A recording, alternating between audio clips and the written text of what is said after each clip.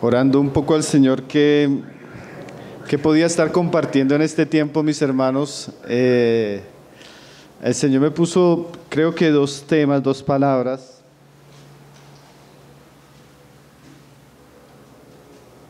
Una en el Antiguo Testamento y una en el Nuevo Testamento. Entonces vamos a estar compartiendo en este tiempo un poco de la historia de Ruth. Y en el otro tiempo que el Señor me va a permitir compartir la palabra, vamos a estar compartiendo la historia de una mujer del Nuevo Testamento. Entonces, siento que es una palabra sencilla. En un sentido, yo he estado escuchando al hermano Luis y he estado bastante impresionado con todo lo que el Señor nos ha venido enseñando, la profundidad, la claridad, aspectos tan gloriosos de la revelación de nuestro Señor Jesucristo. Y siento que pareciera que estos temas que voy a compartir no encajan un poco, pero siempre Dios tiene un propósito también a veces de aterrizar ciertas verdades gloriosas.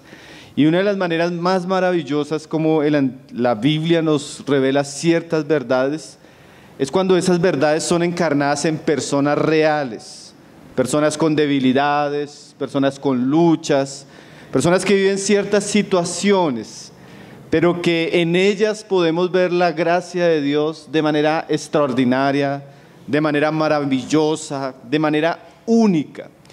Y esas historias son realmente de esas verdades gloriosas aterrizadas al campo de la vida, al campo de las personas, al campo de situaciones que todos también nosotros podemos vivir. Entonces mi propósito va a ser tratar tres aspectos que vamos a encontrar en la vida de Ruth como una figura, como un símbolo, porque ustedes se van a dar cuenta que sí cabe en este libro la simbología bíblica. ¿Y qué es la simbología bíblica? Que a veces Dios usa historias, eventos, asuntos que de alguna manera prefiguran aspectos importantes de Cristo, de su obra o del andar del pueblo de Cristo. Pues vamos a escuchar y ver rápidamente la historia de una mujer moabita, que de manera particular Dios por su providencia deja que su vida, sus experiencias queden registradas en la palabra de Dios. En algún momento, Dios nos dé ese tiempo, mis hermanos, con la iglesia vamos a estudiar todo el libro de Ruth, verso por verso, porque es un libro, hermanos, maravilloso. Hoy apenas vamos a mirar algunas escenas de la vida de Ruth, pero yo quiero que usted tenga una idea de lo que compone el libro. El capítulo 1 nos muestra la determinación de Ruth, pues de seguir a Noemí. El capítulo 2 nos va a mostrar cuando Ruth conoce a Boaz. El capítulo 3 nos muestra cómo Ruth busca ser redimida. Y el capítulo 4 nos muestra cómo Ruth se casa con Boaz. Parece una historia de amor, hermanos. Esto parece toda una telenovela espiritual. Aquí tienen todos estos ingredientes. Pero nosotros vamos a usar la historia de Ruth como una tipología de la iglesia, de la vida cristiana, porque el Nuevo Testamento en una de las parábolas nos presenta al pueblo de Dios como una viuda que clama, que ora, que está en una situación de angustia. Y nosotros vamos a encontrar la historia de una viuda, una mujer que por las circunstancias y las situaciones quedó viuda. Y vamos a ver cómo Dios redime a esa mujer. Y la palabra redención en ese contexto es como Dios la saca de esa situación de viudez, de miseria, de pobreza, de sufrimiento, y la lleva a una posición de gloria, de recompensa y a un matrimonio con un hombre maravilloso. En ese contexto es redención. Pero en un sentido, la iglesia también quedó viuda. Y la iglesia también está en una jornada donde está enfrentando sufrimientos, desafío, pobreza y unas condiciones muy difíciles. Pero la iglesia, hermanos, en algún momento también va a ser redimida por un hombre maravilloso, por un esposo glorioso, rico, bondadoso, lleno de virtudes. Entonces vamos a encontrar entre la historia de Ruth y Boaz ese relacionamiento, esa obra de Cristo en nosotros, redimiéndonos de nuestra condición, de nuestra pobreza, de nuestra miseria, de las consecuencias del pecado. Ahora, hermanos, es muy interesante situar históricamente el libro de Ruth. El libro de Ruth, según la mayoría de eruditos, considera que él se escribe en el periodo del reinado del rey David, porque el libro cierra haciendo un anuncio acerca del padre de David. Ahora, ¿por qué eso es interesante? La mayoría también de eruditos consideran, los judíos lo consideraban, Flavio Josefo nos lo dice también, que ese libro fue escrito por el profeta Samuel. Y ese libro fue escrito, pues si estamos hablando en el tiempo de la monarquía de David, ese libro nos narra una historia que data aproximadamente al final del tiempo de los jueces. Ustedes recuerdan que desde Josué hasta Samuel más o menos hay 350 años que comienza la historia de la monarquía. ¿Y por qué es importante conocer ese tiempo, hermanos? Porque la situación espiritual de aquellos días era muy difícil. El libro de Jueces termina diciendo, como los hermanos ya lo mencionaban, que cada uno hacía lo que bien le parecía. Es un libro que termina con mucha violencia en la nación de Israel. Es un libro que termina con unos casos de inmoralidad y depravación terribles. Es un libro que narra la apostasía regular de la nación de Israel. Es un libro que desemboca en Primera de Samuel, donde se nos muestra que el sacerdocio en aquellos días era pervertido. Los sacerdotes se acostaban con las mujeres a la puerta del tabernáculo, robaban de las ofrendas y por causa del pecado de esa familia, Dios había exiliado su presencia o su arca. Está como muy ligado a lo que los hermanos venían hablando.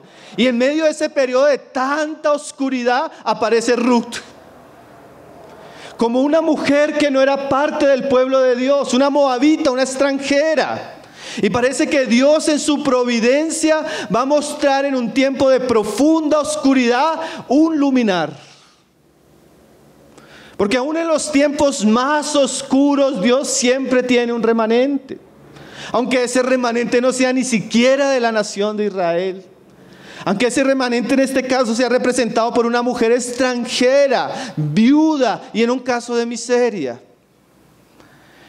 Entonces, mis hermanos, la historia de Ruth en su contexto histórico es como si Dios estuviera diciendo, aún en los peores tiempos se puede tener una experiencia gloriosa de la redención de Dios. Y es un mensaje que yo siento en un sentido puede ser muy consolador, muy exhortador para llevarnos a anhelar ese tipo de avivamiento o experiencia espiritual que nuestros hermanos han hablado. Pero el pasaje se va a centrar en una experiencia muy personal, porque hermanos, aunque a veces la iglesia pueda estar en un estado de crisis, Dios puede darnos una experiencia gloriosa de manera personal. Dios puede darnos una experiencia gloriosa de manera familiar. Dios puede darnos una experiencia gloriosa como iglesia local donde vivimos. Y este pasaje, hermanos, de alguna manera nos va a describir virtudes, obras que Dios quiere encontrar en medio de nosotros.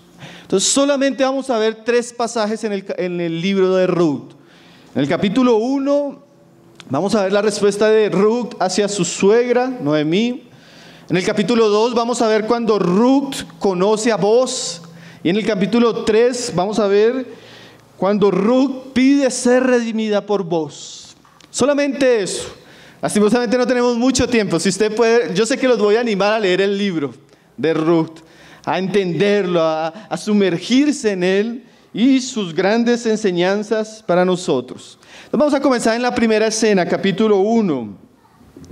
El libro comienza con Elimelech, un judío, que él toma la decisión de irse a los campos, a la tierra de Moab, porque está viendo escasez, pobreza y hambre en la nación de Israel. Ahora la decisión que este hombre toma parece que no es muy sabia.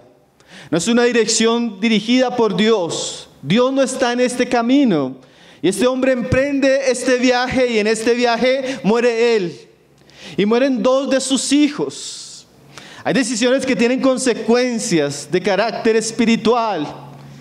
Y en medio de esa muerte, en medio de esa situación triste, lamentable, en medio de las consecuencias que trae el pecado, comienza a salir la historia de Ruth. Y nos dice ahí en el verso 5 que murieron también los 2, los hijos de este hombre, Malón y Kelión, quedándose así la mujer desamparada de sus 2 hijos y de su marido. Está hablando de Noemí.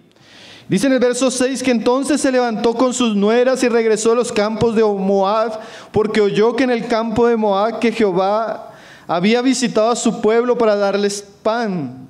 Salió pues del lugar donde había estado y con ella sus 2 nueras y comenzaron a caminar para volverse a la tierra de Judá.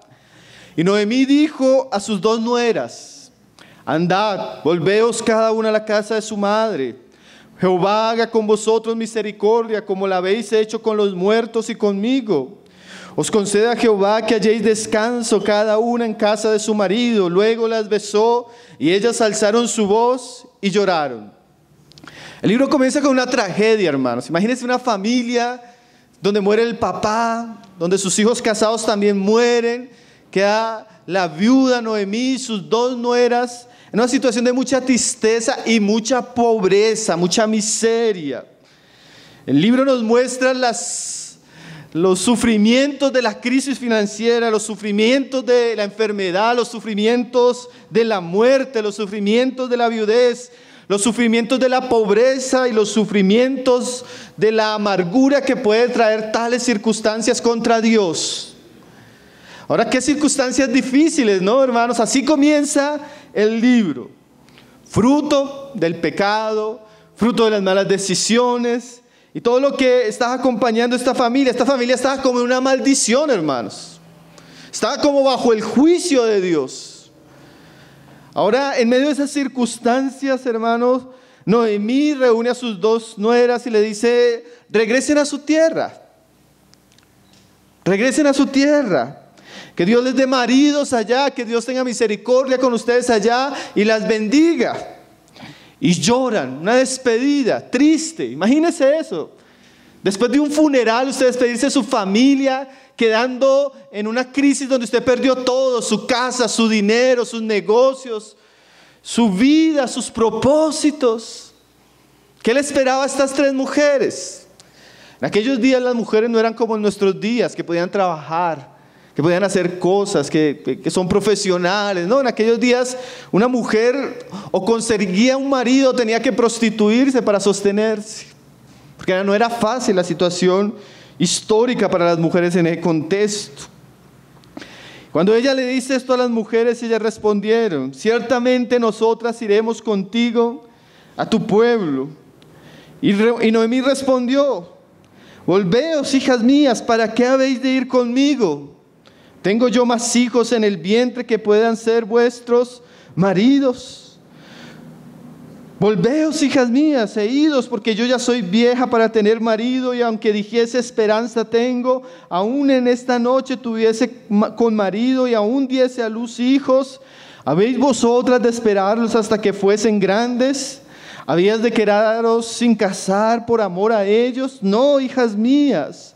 ¿Qué mayor amargura tengo yo que vosotras? Pues la mano de Jehová ha salido contra mí. Ya le dicen a Noemí: queremos ir contigo. Y ella les dice: ¿para qué van conmigo? En aquellos tiempos la ley enseñaba que cuando una mujer enviudaba, ella podía volverse a casar para darle descendencia a su marido muerto con uno de sus hermanos, uno de los hermanos de su marido. Pero esta mujer ya no tenía más hijos. Y para que ellas se pudieran volver a casar, para dar de alguna manera descendencia a aquellos hombres que murieron, tendría que esperar que ella tuviera un hijo, creciera y se pudieran juntar a él. Eso era algo imposible. Y el libro surge en una situación muy triste y en medio de adversidades que a la boca de la misma Noemí era imposible que Dios pudiera restaurar a esa mujer. Y yo quisiera que nos fuéramos situando en unas aplicaciones prácticas, porque en un contexto Noemí puede representar esa persona que no conoce a Dios, sin Cristo, sin esperanza, que Dios va a llevar al evangelio a redimirle de sus pecados. Pero también puede hablarnos de ese contexto del pueblo de Dios, pero un pueblo que está en una situación lamentable, bajo juicio, en una situación triste donde estamos experimentando muerte, enfermedad, crisis de todo tipo, pero sobre todo de carácter espiritual. Y parece que las cosas no van a cambiar, hermanos. Parece que es imposible. A veces uno se encuentra con personas que pareciera que es imposible que encuentren a Jesucristo. O a veces se encuentra uno con cristianos donde su situación familiar, sus situaciones con su esposo, sus situaciones con sus hijos o la situación de la iglesia parece imposible, hermanos. Parece que tendríamos que morir todos y surgir una nueva generación para esperar algo diferente. ¿Cómo puede cambiar Dios una iglesia? ¿Cómo Dios puede cambiar una familia? ¿Cómo Dios puede cambiar nuestra vida, nuestro futuro y redimirnos para su gloria? Bueno, la israelita que era Noemí tiene un corazón apesadumbrado, un corazón pesimista, triste.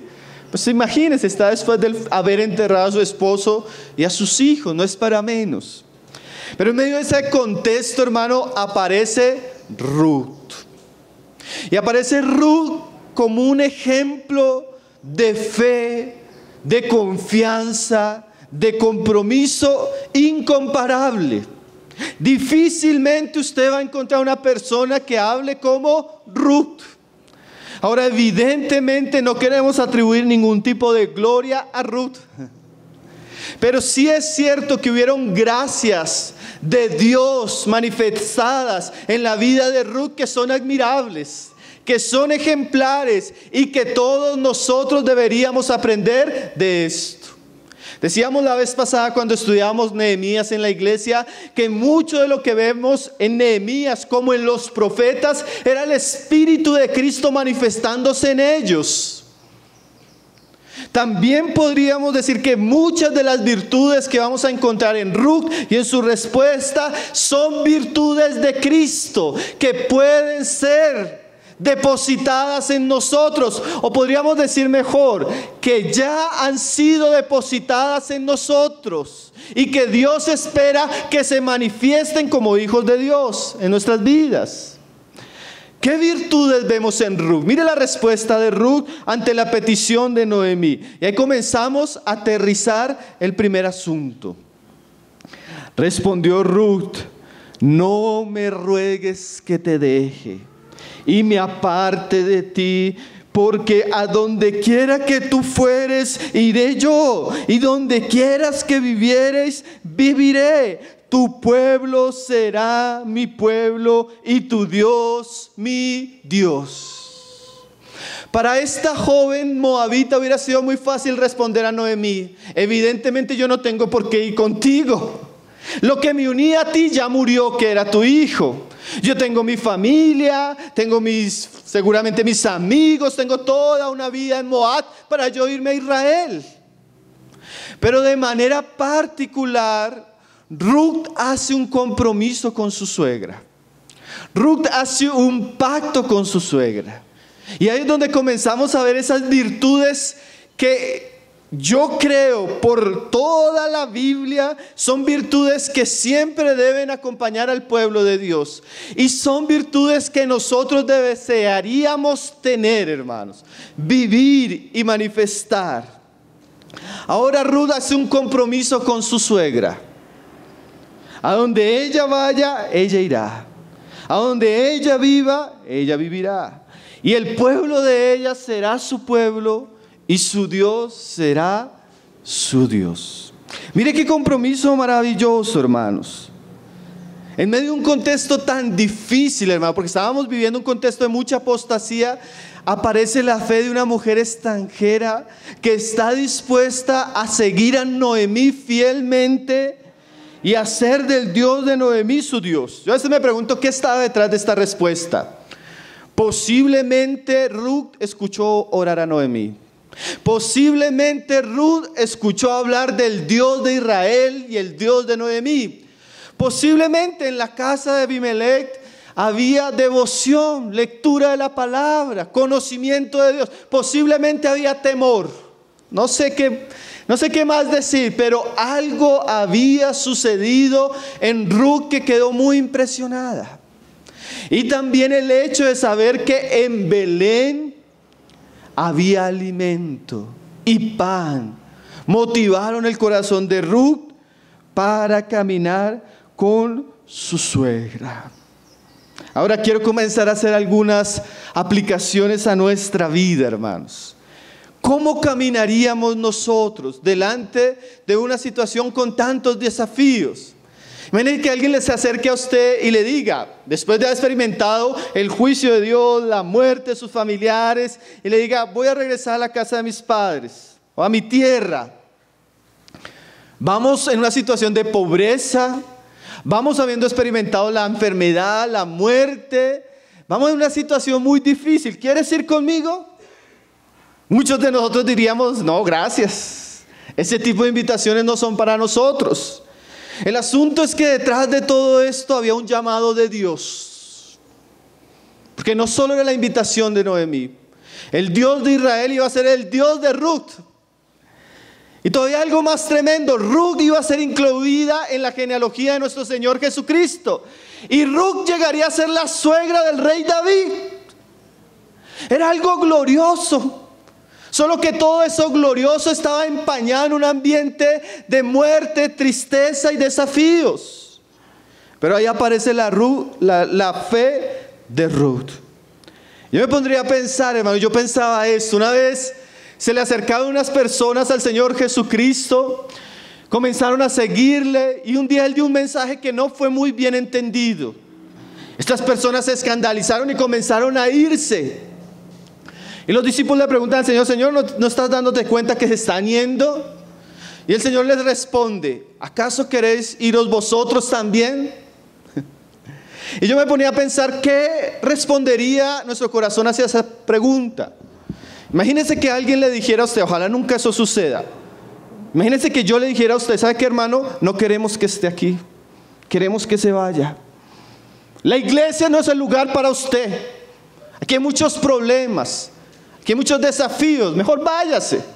Váyase para su familia, váyase para su tierra. Usted no es grato entre nosotros. Dios permita que nunca le diga eso. Muchos dirían amén. Esas eran las palabras que estaba esperando para irme, hermano. Porque hay muchas personas que están esperando cualquier cosa para irse, hermanos.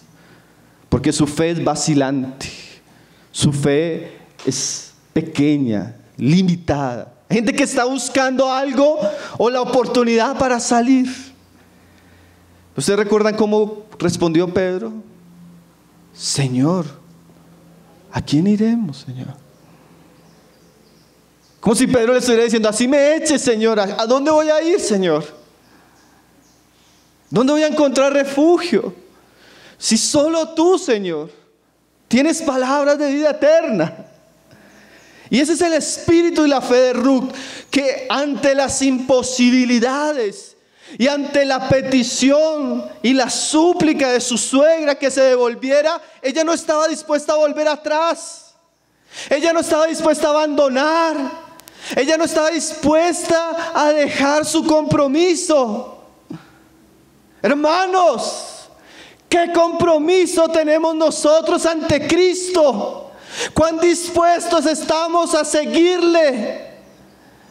¿Vacilamos ante las pruebas? ¿Vacilamos ante las situaciones? ¿O tenemos una fe como la de esta mujer que dice, no me pidas que te deje, porque no te dejaré?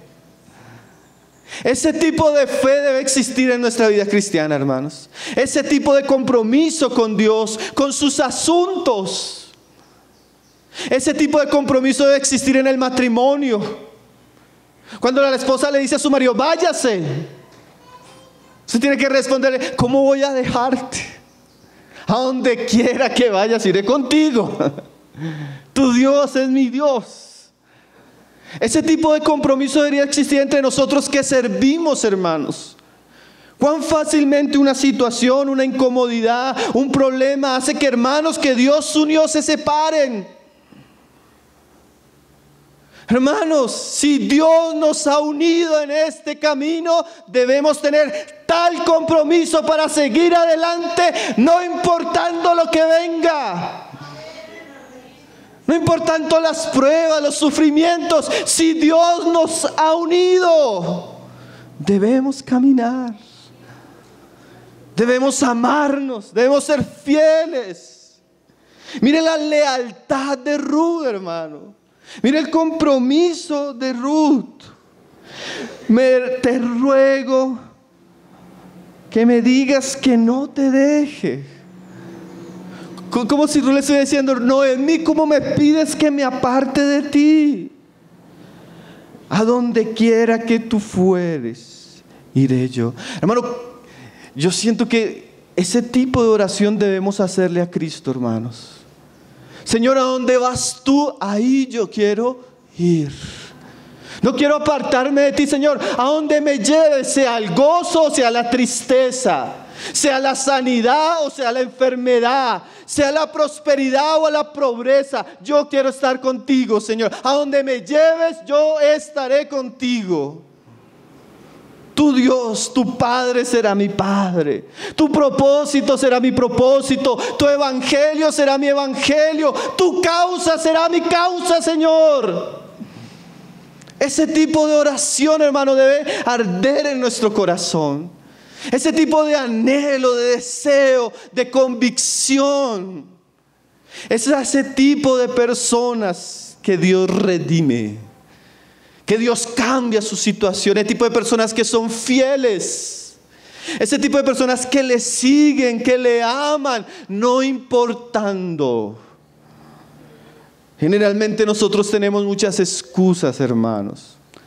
Señor, me está pasando eso. Señor, no me gusta esto. Señor, no estoy muy contento con esto. Señor, estoy con problemas económicos, o si no con problemas de salud, o si no porque tengo esto, y generamos una gran cantidad de excusas para no caminar con Cristo, hermanos. Hermanos, Ruth no tenía una iglesia poderosa en aquellos días. No había un testimonio fiel de Dios y de su palabra. Pero aún así, Ruth tuvo una fe, hermanos, inconmovible. Una fe firme. Alguien decía: esto es una lección misionera. Aquí esta mujer nos demuestra, siendo gentil, cómo ella se convierte al Dios verdadero, siendo una seguidora leal y fiel. Su ejemplo de valor, decisión y de lealtad debería alarmar a todos aquellos que conocemos el Evangelio. Hermanos, qué cosa preciosa, ¿no, hermanos? La otra mujer no, ella regresó. La otra mujer siguió sus caminos. La otra mujer siguió su vida. Volvió a su familia, a sus dioses. Y se perdió. No se pierda, mi hermano. No se pierda, mi hermana. Dios siempre, hermanos, nos está llamando a tener un compromiso verdadero con Él. No existe, hermanos, yo no veo eso en la palabra, hermanos. No existe un verdadero discípulo de Jesucristo que sus deseos, su llamado a seguir a Jesucristo no sea una convicción de lealtad firme hacia Él. Si usted no tiene esa convicción firme de lealtad hacia Cristo, difícilmente puede ser llamado un discípulo. Qué cosas, ¿no, hermanos? Y miren lo que le dice en el verso 17: donde tú murieres, moriré yo, y allí seré sepultada. Así me haga Jehová y me añada, que solo la muerte hará separación entre nosotras dos. Hermano, que pudiéramos hablar así entre nosotros. Hermano, que esta comunión, que esta unión, que este compañerismo, que esto que nos ha unido, solo lo separe la muerte, hermanos. Nada más. Y ni siquiera. Porque la muerte, en vez de separarnos, nos va a unir más con nuestro Señor. Hermanos, en un sentido somos llamados a una vocación inseparable. Es muy triste escuchar a un hermano que dice: hermano, me voy. Y no se va porque esté siguiendo al Señor, sino porque le incomodó esto, o ya no le gusta esto, o su amor por el mundo lo está trayendo más. Hermanos, que podamos tener la lealtad, la firmeza de Ruth. Mire lo que dice ahí en el verso 18. Y viendo Noemí que estaba tan resuelta a ir con ella, no dijo más. ¿Sí? Váyase, no me voy. Que se vaya, no me voy. Que se vaya, y se sienta ahí. Ruth estaba resuelta. ¿Usted ya está resuelto, hermanos? ¿Cómo está su convicción? ¿Cómo está su fe? ¿Cómo está su corazón en este punto, mis hermanos? Si algo Dios pudiera dejar en medio de todo lo que nos está hablando, que sea esto, hermanos: que nuestro corazón esté resuelto a seguirle, que nuestro corazón esté resuelto a amarle, que nuestro corazón esté resuelto a vivir para Él, hermanos. De tal manera que ni las pruebas, ni las situaciones, ni las adversidades nos muevan de este compromiso. Hermano, Ruth no tenía mucha esperanza. Imagínense, 2 mujeres viudas, a una tierra donde habían tenido que salir porque había necesidad, a un pueblo que ella no conocía, un idioma que ella no conocía, una tierra diferente, hermanos. En cambio nosotros no, hermanos. Nosotros sí tenemos muchas esperanzas, muchas promesas, mucha claridad del camino. Y a veces no tenemos esa misma fe que tuvo esa mujer. Pero volvíamos a decir: lo que ella tuvo fue porque lo recibió. Así que si usted no tiene eso, usted puede decir: Cristo, como cantábamos, llena tú mi copa. Llena tú mi copa. El problema es que pedimos mal, hermanos. Pedimos por salud, pedimos por dinero, pedimos por estudio, pedimos por casa, pedimos por carro, pedimos por esto y por aquello, pero no pedimos por las cosas que debemos pedir. ¿Cómo deberíamos orar? Señor, hazme una persona leal, hazme una persona fiel. Dame más y más de tu compromiso, de ese amor por ti, de esa firmeza que yo necesito cada día. ¿Usted ora por eso?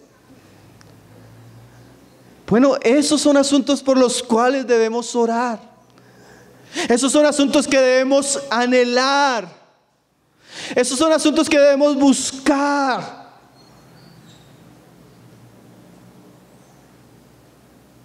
Porque esto es Cristo. ¿Saben cómo se llama Cristo en el Apocalipsis? El testigo fiel. Si Ruth fue fiel, fue porque algo de Cristo tenía para enseñarnos a nosotros, hermanos. Que Dios nos haga personas fieles.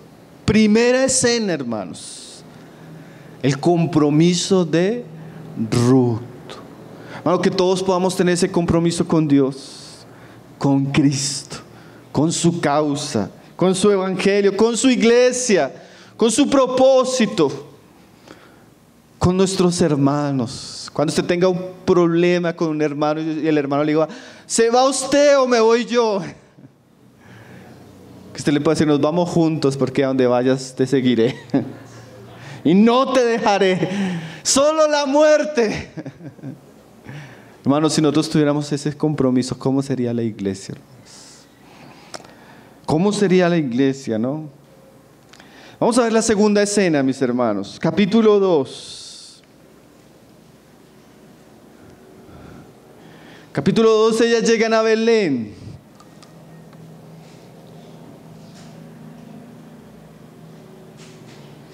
Y el asunto no ha mejorado.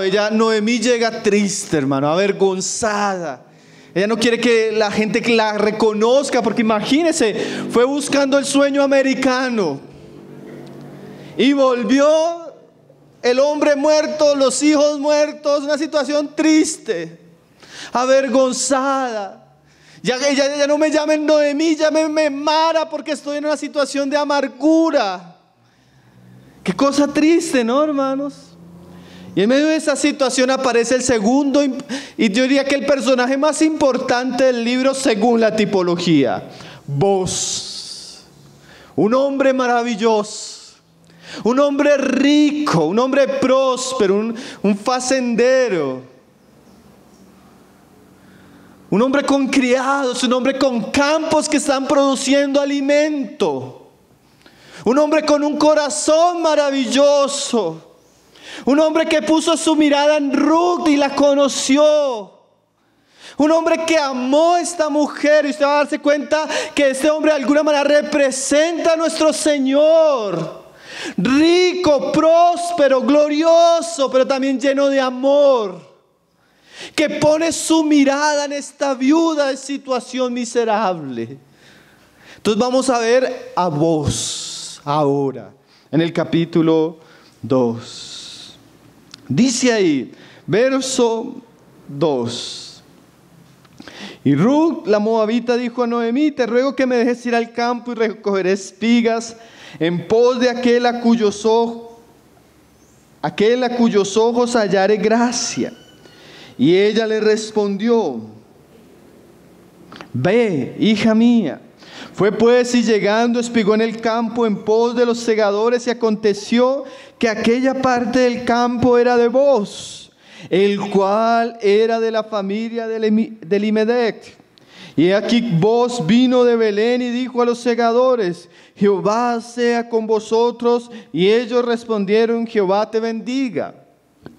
En aquellos días la ley había establecido, mis hermanos, que el extranjero, la viuda y el pobre, cuando estuvieran en una condición de miseria, los dueños del campo tenían que dejar los límites de sus sembrados para que los pobres pasaran y recogieran. Una manera de compadecerse de los pobres, una manera de compadecerse de las personas que estaban en situación de miseria. Y curiosamente, por providencia de Ruth comienza a recoger, y especialmente llega a los campos de Boaz. Y ahora vamos a atender un poco algunos asuntos rápidamente de Boaz, así como para usar la tipología para ver un poco el carácter glorioso y hermoso de nuestro Señor. Dice ahí Ruth 2, verso 5. Y Boaz dijo a su criado, el mayordomo de los segadores: ¿de quién es esta joven? Y el criado mayordomo de los segadores respondió y dijo: es la joven moabita que volvió con Noemí de los campos de Moab. Lo primero que vamos a ver es que Boaz pone su mirada en Ruth. Ella está ahí y él llega, él conoce a sus trabajadores, pero ve a esta mujer, posiblemente, solo estoy especulando, se vestía como moabita, hablaba como moabita, ¿sí? Y tal vez él la identificó inmediatamente: estos son de mis empleados, estos son Israel. ¿Y esta mujer quién es? ¿Sí? Primero que vamos a dar cuenta es que Boaz pone la mirada sobre esta mujer y pregunta por ella. Aquí no hay ninguna intención más. Él quiere saber quién es ella, ¿sí? Y recuerde que estamos hablando del camino de Ruth para ser redimida, ¿sí? Hermano, no sienta usted que está viniendo y que nos está visitando, no sienta que no le conocemos, porque Dios sí le conoce. Y yo podría decir que no es casualidad que usted esté aquí, mi hermano, mi hermana, sino que Dios puso su mirada en su vida. Y con cuerdas de amor, en medio de muchas circunstancias, ha apartado tiempos, personas, situaciones, lugares para comenzar a acercarse a nuestra vida. Hermano, Dios ha estado en su amor buscándonos. No fue que nosotros buscamos a Dios, fue que Dios nos amó primero. Y Él mandó ese voz a estos campos. Y ese voz, en figura de Cristo, sigue poniendo su mirada en personas. Sigue llamando a personas. Sigue preguntando por personas. No importa que esté en una situación de miseria, de pobreza, de indigencia espiritual. Él viene a llamar. Él viene a salvar. Él viene a buscar. Y dice en el verso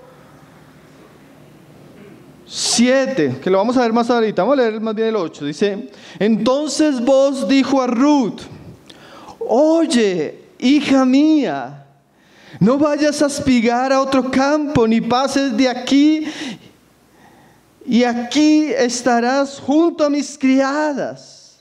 Mira bien el campo que sieguen, y síguelas, porque yo he mandado a los criados que no te molesten. Y cuando tengas sed, ve a las vasijas y bebe agua del que sacan los criados. Vos se compadece de Ruth, hermanos. Sabe que es la mujer que está en una situación de miseria y ella vuelve con Noemí. Y vos, al saber la situación, se compadece de ella. Le dice: no vayas a mendigar a otros lados. Trabaja aquí y recoge lo que necesitas aquí. Y le dice a sus criados: no la molesten. Yo leí ese versículo y yo me sentí como: Señor, a veces el Señor trae personas a la iglesia, hermanos, y no sabemos quiénes son. Y a veces llegan así como de lejos, ¿sí? No saludan, llegan y se van, no saludan a nadie. Están como que escuchando, como que tanteando el terreno. Han escuchado que tal vez hay pan en estos campos, ¿sí?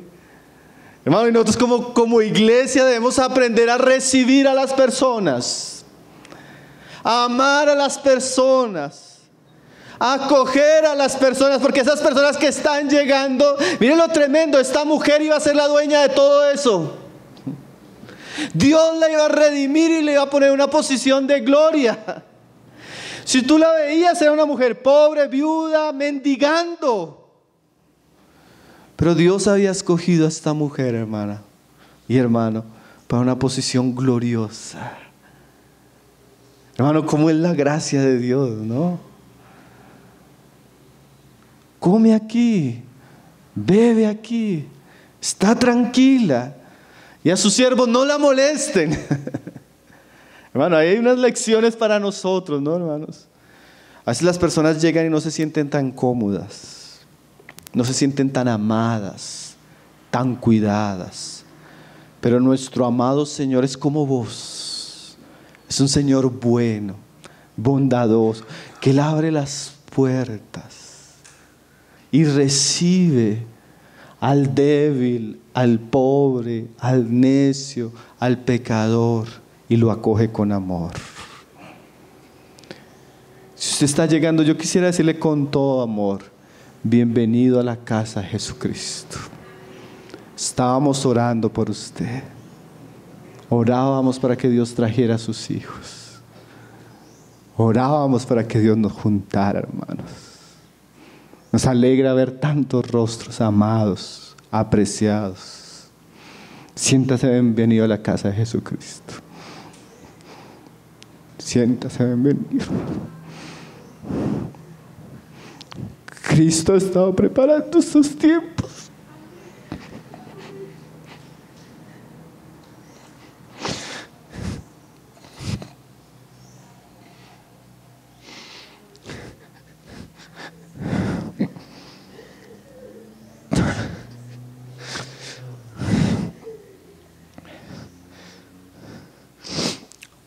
Señor nos ama, hermanos.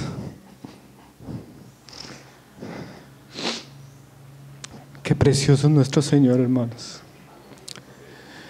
Y esto es solo el comienzo, hermanos. Nos espera la gloria. nos espera el cielo, nos espera la eternidad con Él.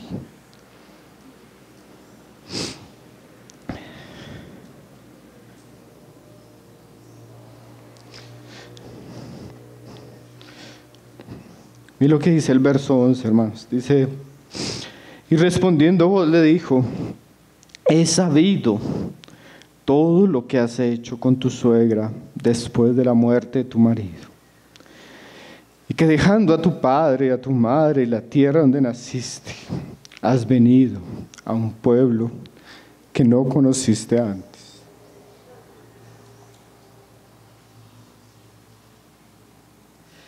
Mis hermanos, qué precioso, le dice: he sabido. Hermanos, lo que nosotros vivíamos y éramos no era extraño al Señor. El Señor sabía. ¿Usted cree que a veces uno dice: hermanos, que tengo tanta vergüenza? ¿Usted cree que el Señor no sabía, hermanos? El Señor sabía de dónde veníamos. El Señor sabía de dónde nos sacó. El Señor sabía de dónde nos rescató, hermanos. He sabido. He sabido. Cosa preciosa, ¿no, hermanos? Que el Señor conocía en ese símbolo de voz. El Señor conocía a esta mujer, hermanos. Sabía que había vivido, sabía que había pecado, hermanos. Sabía lo de su idolatría, sabía la muerte de su marido. Sabía cómo venían sus tristezas. Vos también en ese sentido representa a Cristo, su amor, su conocimiento, su cuidado. Y también conocía el voto que había hecho Ruth, hermano. Cuando usted ora a Dios, cuando usted le dice: Señor, yo quiero seguirte, yo quiero comprometerme contigo, yo quiero buscarte, yo quiero congregarme, yo quiero orar todos los días, hermano, el Señor sabe también eso. El Señor sabe de esos compromisos. Como nuestro hermano decía ayer: lo que nadie ve en secreto, Dios lo ve en secreto. Lo que nadie escucha de nosotros, Dios lo oye en nuestras oraciones. Lo que nadie ve en nuestro corazón, nuestros temores, nuestros anhelos, Él los conoce, hermanos. Qué cosa maravillosa este hombre, ¿no? Dice ahí en el verso 12: ahora vos no solo la recibe, es bondadoso, sino la bendice. Dice en el verso 12: Jehová recompense tu obra y tu remuneración sea cumplida de parte de Jehová, Dios de Israel, bajo cuyas alas has venido a refugiarte. Mire esas palabras. Ahora vos bendice a esta mujer. Jehová te bendiga, Jehová te recompense, eso Jehová remunere, como tú ahora has venido a refugiarte en Él. Hermano, así es nuestro Señor. Él no solo nos recibe, Él no solo nos ama, Él no solo nos acoge, sino Él nos bendice. Él desea lo mejor para nosotros. Él quiere cambiar nuestra condición lamentable. Él quiere transformar nuestras familias, nuestros corazones, nuestro propósito. Todo lo quiere cambiar para su gloria. Y ahora vos comienza a bendecirla. Jehová te bendiga, Jehová te recompense. Hermanos, qué maravillosa figura, ¿no? Cuando nosotros llegamos a Cristo, así como la figura del hijo pródigo, el Señor no solo nos recibe, hermanos, nos lava las vestiduras, nos pone algo nuevo, nos da un anillo, hace una fiesta, da un banquete y se alegra porque mi hijo que estaba muerto ha resucitado. Qué maravillosa escena, ¿no, hermanos? Hermanos, uno puede ver ahí su conversión. Uno puede ver ahí cuando llegó a Cristo. Uno puede ver al Señor diariamente queriendo, hermanos, lo mejor para nosotros. ¿Cómo despreciar un Señor así, no, hermanos? ¿Cómo no amar a alguien así tan amoroso, tan bondadoso, tan fiel con nosotros? Hermanos, si conociéramos a Cristo, si conociéramos a Cristo, muchas de nuestras dudas, muchos de nuestros temores, muchos de nuestros miedos, muchas de las situaciones lamentables que estamos viviendo cambiarían, hermanos. Que Dios pueda revelarnos cada vez más la grandeza de Cristo, su amor, su gloria, su santidad, su poder en nuestras vidas. Imagínense la impresión que debió haber tenido Ruth con vos. Me imagino que ella salió así como suspirando. Ay, vos. Qué hombre hermoso, qué hombre generoso. ¡Qué hombre bueno! ¡Qué hombre misericordioso! Ella llegó a contarle a su suegra: imagínate que llegué y este hombre me recibió, me dijo que trabajara, me dio esto. Y Noemí le va a decir: ¿sabes qué? Ese es un pariente cercano. Él te puede redimir. Él te puede redimir, porque la ley decía que solo un familiar del difunto lo podía redimir. Y este era el pariente cercano. Hermano, nosotros tenemos alguien que se hizo nuestro pariente cercano. Cristo se hizo capaz de redimirnos. Ese misterio que ahorita nuestro hermano nos explicaba con tanta gloria, como Dios se encarna, hermanos. Pero lo que sabemos es que aunque no podemos explicar esa doctrina tan profunda, Él lo hizo para poder ser nuestro pariente cercano y podernos redimir, hermanos, podernos salvar, podernos rescatar y podernos llevar a su gloria. Qué cosa maravillosa, ¿no, hermanos? Entonces tenemos primera escena, el compromiso de Ruth. Segunda escena, aparece el maravilloso Boaz.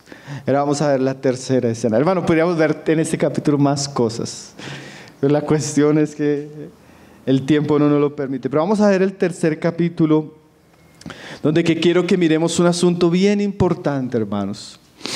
Un asunto glorioso, un asunto tremendo, hermanos, que vamos a ver en Ruth ahora.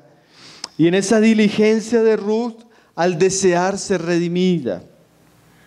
Ella llega y le cuenta a su suegra, ¿no? Conocí a vos, tal. Dice en el verso 20, en el capítulo 3, verso 1, mire lo que le dice Noemí a Ruth después de escuchar lo que Ruth le dice. Verso 1 dice: después le dijo su suegra Noemí: hija mía, ¿no he de buscar hogar para ti para que te vaya bien? ¿No es vos nuestro pariente con cuyas criadas te has estado? He aquí que él avienta esta noche la parva de las cebadas. Te lavarás pues y te ungirás, y vistiéndote tus vestiduras irás a la era, mas no te darás a conocer al varón hasta que él haya acabado de comer y de beber. Y cuando él se acueste, notarás el lugar donde él se acuesta, e irás y descubrirás sus pies, y te acostarás allí, y él te dirá lo que hayas de hacer. Miren esta situación, hermanos. Noemí queda con la idea: no, esto es del Señor. Yo me imagino que pensó Noemí: esto es del Señor. ¿Cómo el Señor la va a llevar al campo de Boaz? Y pasan días, ahí seguramente pudieron pasar días, pasaron meses. Y un día Noemí toma a Ruth y le dice: Noemí, Ruth, ¿cómo yo no voy a buscarte un marido?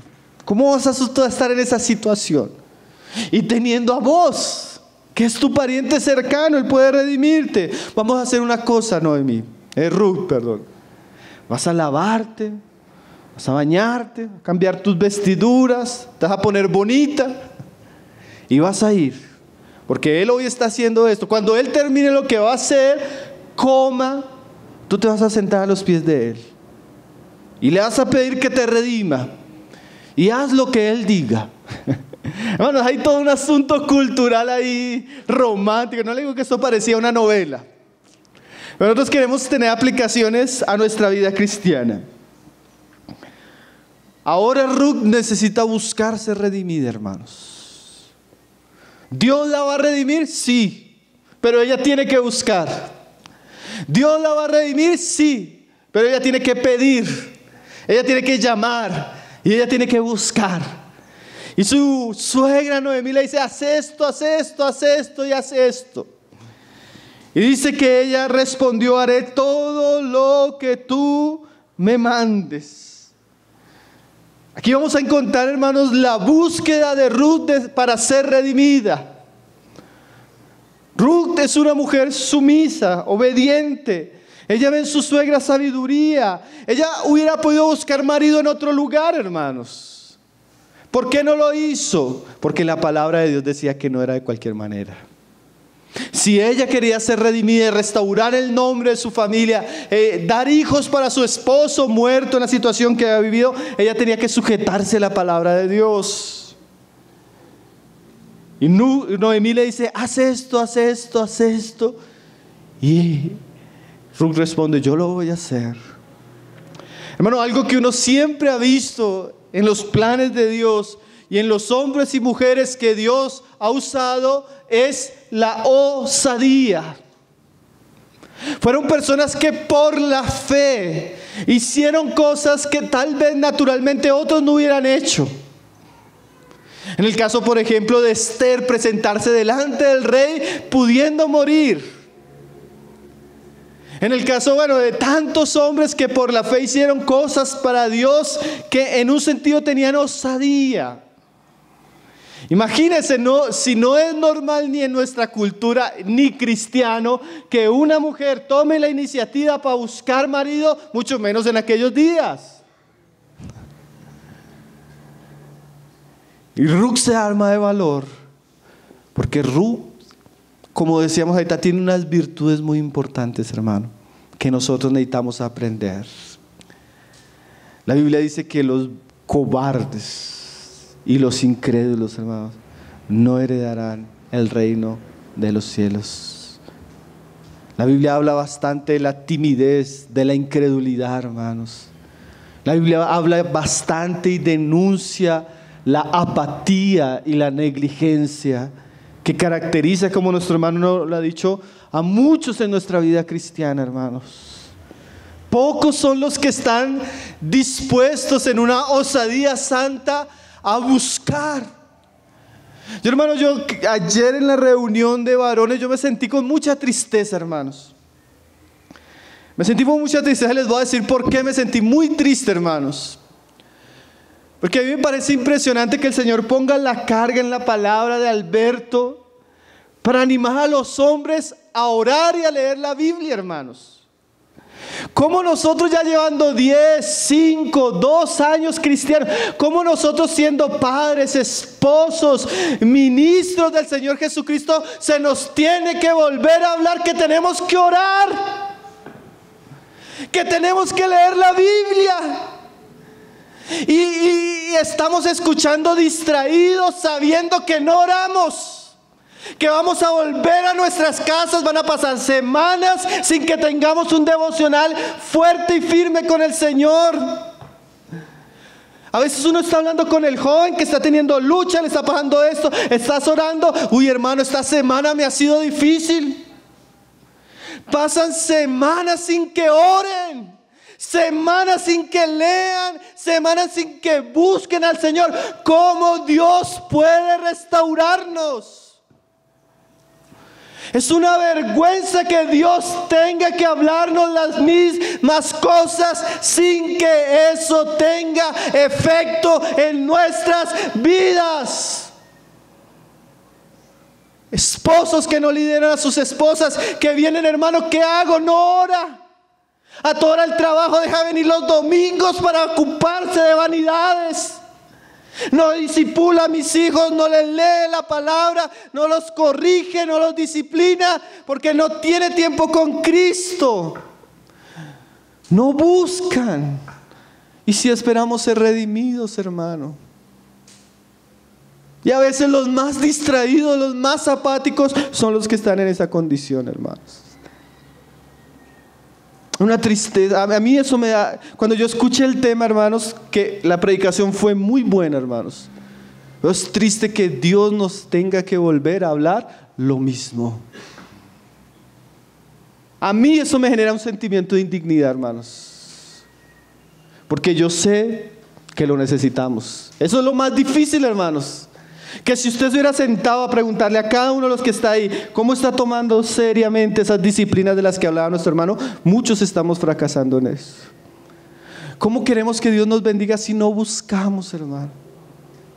Y no buscamos osadamente. Yo recuerdo un hermano que me decía, hermano, yo ahorita que estoy en la empresa tengo un problema, pero yo no puedo dejar de orar. Entonces voy y me encierro al baño de la empresa y oro media hora, 40 minutos y afuera me están golpeando. ¿Le pasó algo? Y yo hago caso omiso, estoy orando. Que me toca levantarme más temprano, que me toca esforzarme, que me toca... Es parte de esa búsqueda. Es parte de esa osadía, es parte de eso que tenemos que hacer, hermanos. Y hermanas también. Y jóvenes y ancianos y niños. Usted quiere buscar a Cristo, usted quiere amar a Cristo, comience el bendito camino de esforzarse y disciplinarse en su vida devocional. Hay, como dice nuestro hermano, gente sufriendo una cantidad de problemas emocionales que muchas veces son problemas emocionales basados en una vida cristiana irresponsable. Hay cosas físicas, hay cosas de salud que todos podemos pasar, pero muchas veces nuestras ansiedades, temores, nuestras crisis, nuestros problemas matrimoniales son en base a un fracaso en nuestra vida devocional. No buscamos a Dios, hermano. No oramos lo suficiente, no conocemos nuestras Biblias, no nos estamos santificando, perdemos tiempo en entretenimiento, perdemos tiempo en ocio, en pecados, en cosas que no edifican. ¿No es así? El espíritu de Ruth es este: haré todo lo que me diga. Yo voy a buscar ser redimida. Si tengo que ir, voy. Si tengo que acostarme a los pies de ese hombre, me acuesto. Si tengo que hablar y suplicar para que Él me redima, lo voy a hacer. Una vez, creo que fue Tozer el que dijo, hermanos, creo que es una exageración, pero para resaltar esta idea, hermanos, si yo supiera que el Señor me está diciendo, bótese por esa ventana, no lo dudaría. Hermano, a veces sabemos la voluntad de Dios y no lo hacemos. Sabemos la voluntad de Dios y no lo hacemos. Es triste, hermanos. Yo a veces viajando uno encuentra muchas situaciones, hermano, muchas. Y uno sabe que muchas de esas situaciones que uno ve y que se viven en muchos lugares es por falta de una enseñanza, una instrucción, un buen consejo, un buen liderazgo en una iglesia o en una familia. Entre nosotros, Dios, hermanos, por la misericordia de Dios, hemos tenido palabra, hemos tenido enseñanza, hemos tenido instrucción, consejo, buenos ejemplos. Y aún así tenemos los mismos problemas. Tenemos los mismos problemas por falta de compromiso devocional en nuestras vidas, hermanos.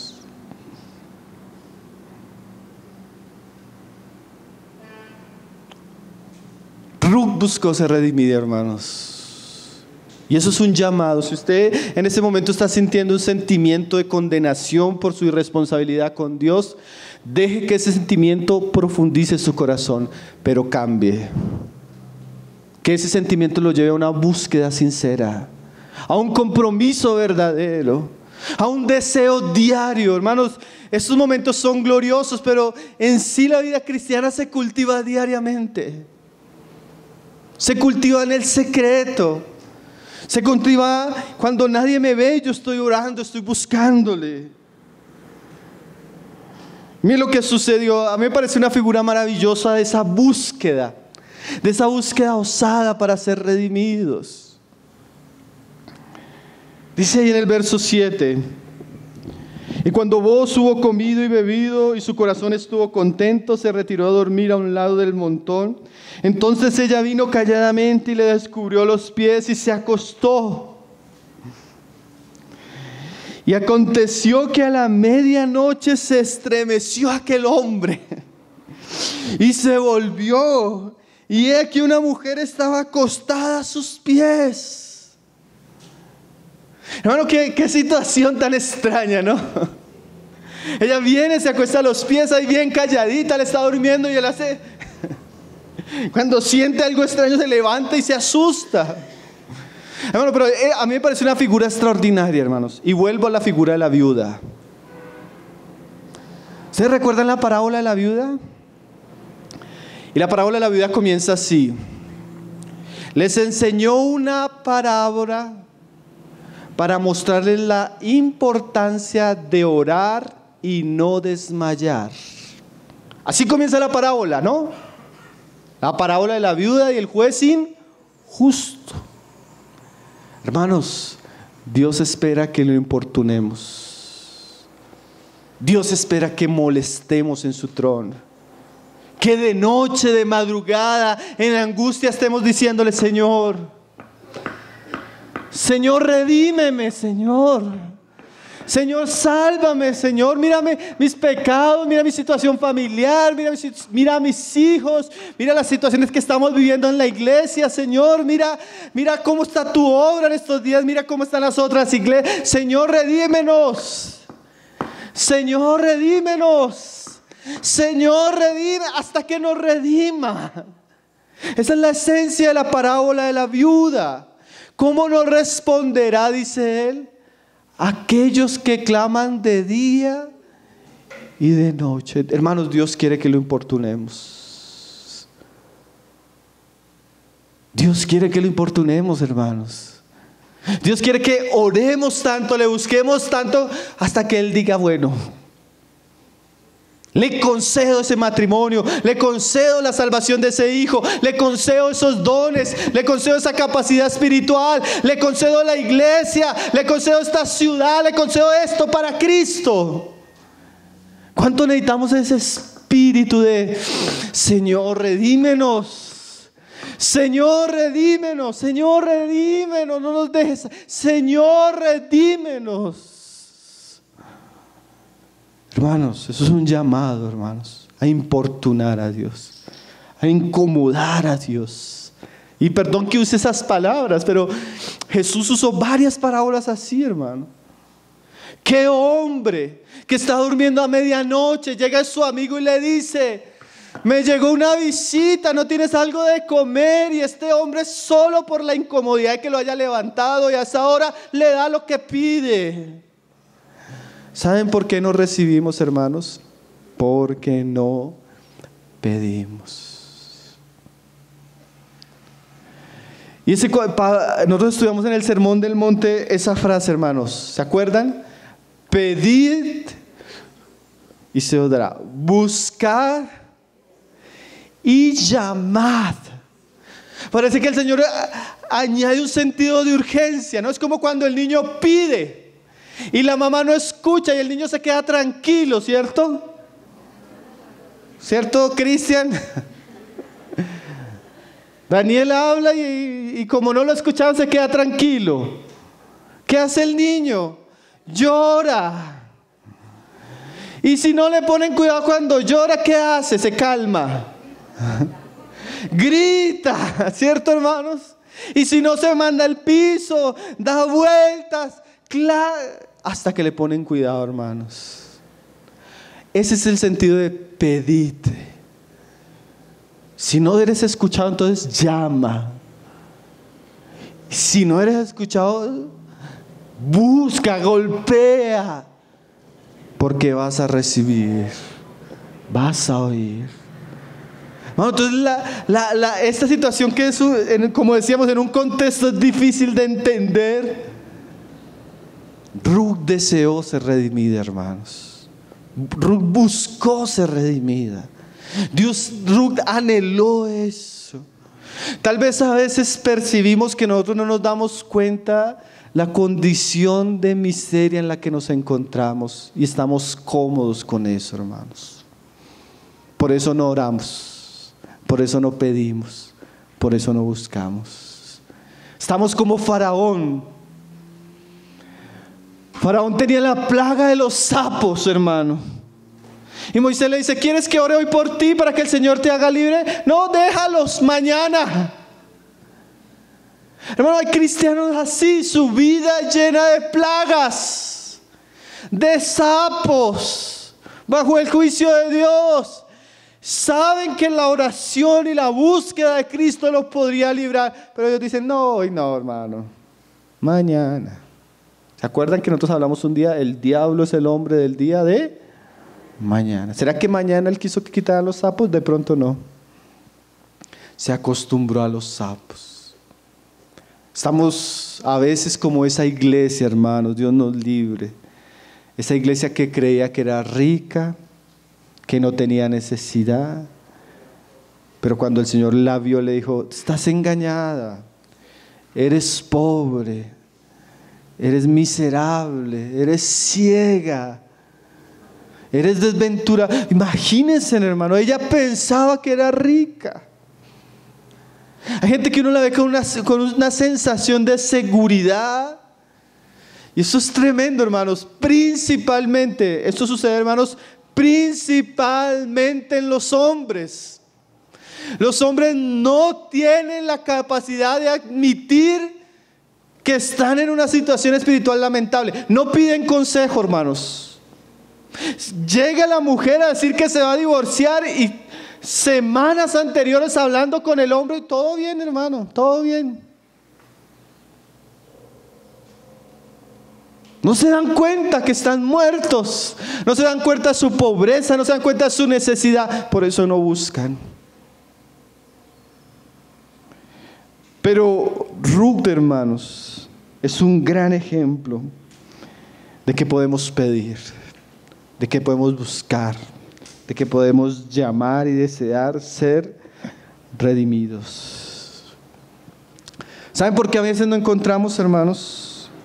Alguien decía, quiero citar a un autor, dice: el fracaso de muchos cristianos por los cuales no disfrutan la bondad del Padre Celestial ni la vida que Cristo ofrece es por su inconstancia, su indiferencia y su superficialidad. Estos tres tridentes de Satanás han matado la vida del cristiano carnal. Mire esa frase, hermanos. Inconstancia, indiferencia y superficialidad está matando la vida espiritual de muchos. Como decía nuestro hermano, y esos muchos vienen a la reunión y cantan con nosotros. Y a veces toman la cena con nosotros, pero su vida espiritual está en un estado de ruina por su indiferencia, su inconstancia y su superficialidad. Que Dios nos libre de ese estado, hermanos. Que nosotros vamos a ser hombres y mujeres que persistamos, que busquemos, que anhelemos ser redimidos. Hasta el punto que hagamos hasta cosas osadas, hermanos. A veces hay cosas que la gente no entiende. Yo estaba en una casa de Brasil que una hermana, ya ahora creyente, me decía: hermano, usted no se daba cuenta los sustos que me pegaba mi mamá. ¿Por qué, hermanita? Yo a medianoche así durmiendo y abría los ojos y estaba mi mamá: Señor, bendícela, sálvala, guárdala, siempre me levanté: mamá, hasta que no se convierta no voy a dejar de orar por usted, ¿oyó? Mamá, me despierta, ore afuera. Hermanos, ¿cuánto necesitamos ser persistentes? ¿Cuánto necesitamos buscar? ¿Cuánto necesitamos anhelar hasta ser redimidos, hermano? Tal vez la respuesta ya viene, hermanos. Tal vez la respuesta ya viene. Dios está esperando, es que persistamos. ¿Hasta cuánto tiempo? Bueno, hubo un hombre que por amor a una muchachita trabajó 14 años. ¿Conocen la historia? Otra historia de amor de la Biblia. Hermano, pero si este hombre trabajó 14 años para un matrimonio difícil, ¿cómo no nosotros persistiremos y oraremos y buscaremos para obtener las glorias de nuestro Señor Jesucristo y su reino? Entonces, hermanos, yo quiero ir cerrando. Sería lindo poder leer cómo se casan y todo. Ahí le dejo la tarea. Porque Ruth, vos al ver a Ruth dijo: yo voy a hacer todo lo posible por redimirte. Dame tiempo. ¿Sí? ¿Conocen la historia, no? Después reúne a los ancianos. Vemos que la búsqueda de Ruth también era el deseo de vos. Hermanos, Dios pone deseos en nuestro corazón para que lo busquemos y para que en su tiempo podamos recibir todo aquello que Él ha prometido en Cristo Jesús para nosotros. Como decíamos al comienzo, que la historia de Ruth, hermanos, esa luz en medio de la oscuridad, pueda alumbrar en nuestros corazones para que nuestra vida con Cristo y las cosas que estamos aprendiendo en este tiempo realmente sean un antes y un después en nuestra vida y relación con el Señor. Amén. Quiero invitarlos a ponernos en pie, mis hermanos, para orar, para dar gracias al Señor por su palabra, por lo que Él nos ha venido hablando, por lo que Él ha venido diciendo, hermanos. Y, hermano, tal vez sería un buen momento para decirle al Señor como le dijo Ruth: ya no de mí, Señor. No me pidas que te deje, porque no te dejaré. A donde vayas iré yo.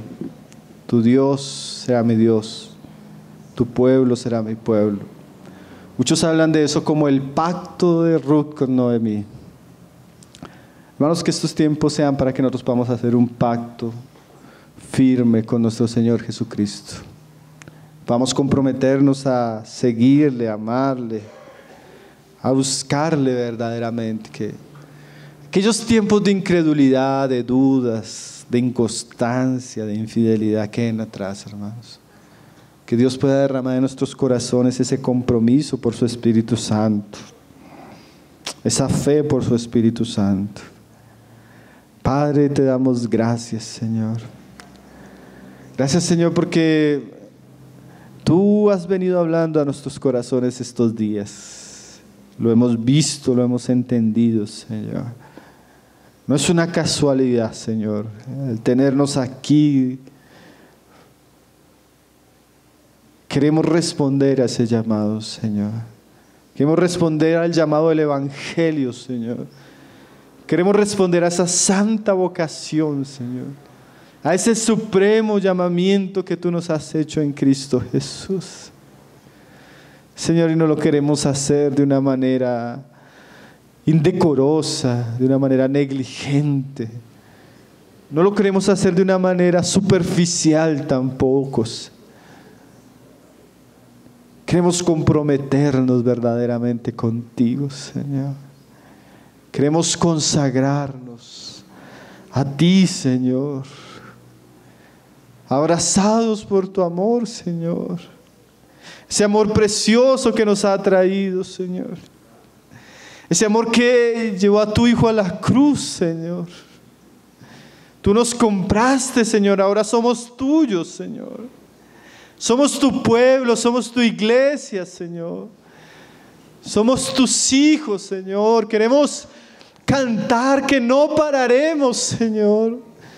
Que en pos de ti correremos, Señor. Como ese pueblo que está sobre el fundamento, Señor. Como ese pueblo que está sobre la roca eterna. Oh, Señor, hoy queremos dedicar nuestras vidas, Señor. Queremos renovar nuestro compromiso contigo, Señor. Queremos renovar nuestra fe, nuestra devoción, nuestro amor hacia ti, Señor. Oramos para ser esas personas fieles, Señor. Esas personas leales. Esas personas constantes. Esas personas que perseveran y te buscan cada día, Señor. Quita de nosotros, Señor, esa dureza, esa incredulidad, esa apatía, esos pecados que nos hacen volver atrás, Señor. Quita el amor por el mundo, Señor. Quita las distracciones de nuestra vida, Señor. Que podamos amarte, Señor. Que podamos seguirte, Señor. Ayuda a cada uno de mis hermanos, mis hermanas, aquellos que hoy se van a bautizar, aquellos que están rindiendo su vida a ti, Señor. Aquellos que están llegando a la comunión de la iglesia, Señor. Aquellos que llevamos años y tal vez estamos desanimados, estamos en pruebas, Señor. Renueva nuestros compromisos contigo, Señor. Renuévanos, Señor, como dice ese cántico, Señor. Pagaremos el precio, Señor, de ser un solo corazón en el Señor. Y por más que tinieblas y pruebas abunden, Señor, queremos seguir adelante, queremos correr la carrera, Señor. Queremos pelear la batalla, Señor.